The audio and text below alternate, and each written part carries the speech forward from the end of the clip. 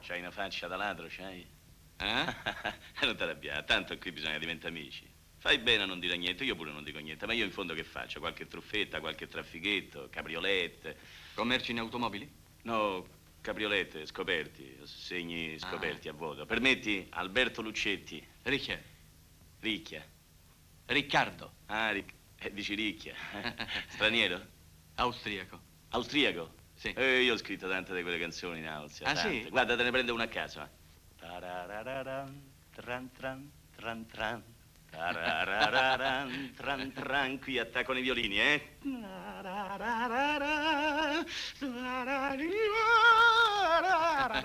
Questo l'ho scritto io, ma tanto E tempo tu a fa. questa musica l'ho sentita suonare parecchio. Perché?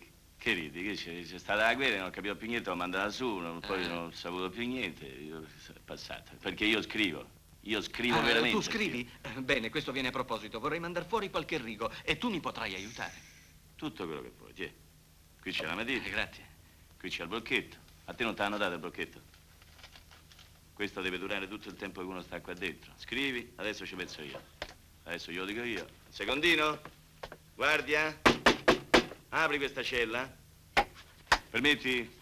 E devo mandare un biglietto, vedo questo amico mio, siccome lui non conosce nessuno, mentre io conosco tutti, però lo può dire anche al direttore, ecco, grazie, molto gentile, fanno sempre così. Non può.